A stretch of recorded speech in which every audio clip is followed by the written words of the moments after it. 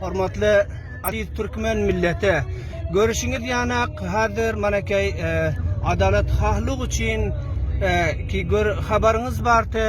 Abdurrauf bir 9 ýaşar ýigidimizi 32 günden bary zalimler çeňine saklap, onuň goý bermeklik ewedine bizlerden Nebi Bay atasından 1,5 milyon dolar dilap, onu boyunlarına zincir zavlanalar taşlap, meydanlarda her yerde eğislerini alıp atasına iyi berip, böyle bir zulmü cefalar Türkmen halkına neçe yolalar boldu ki encam berileni, munun jylawını almak için bizim karwanımız hatı awala bahayti cihat hasaplap hareket edip barıyor. Görüyorsunuz hormatly garyndaşlar, Türkmenin himmeti, Türkmenin gaýraty, Türkmenin kudreti halka belli bolsun.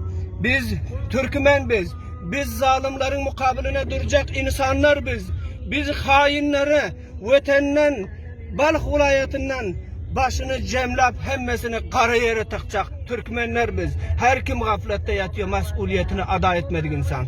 Bugün hiç kim gaflette yatmalı değil. Bugün oyunun günü, bugün cihat günü, bugün İslam günü, bugün adalet günüdür. Ey braderler, görürsünüz ol eksiki bir tiflim masum zalimana bu namertlerin elinde mabasta yatır.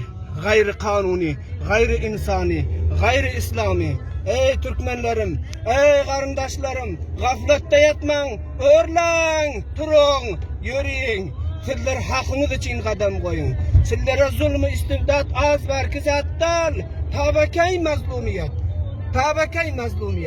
Sağ olunlar.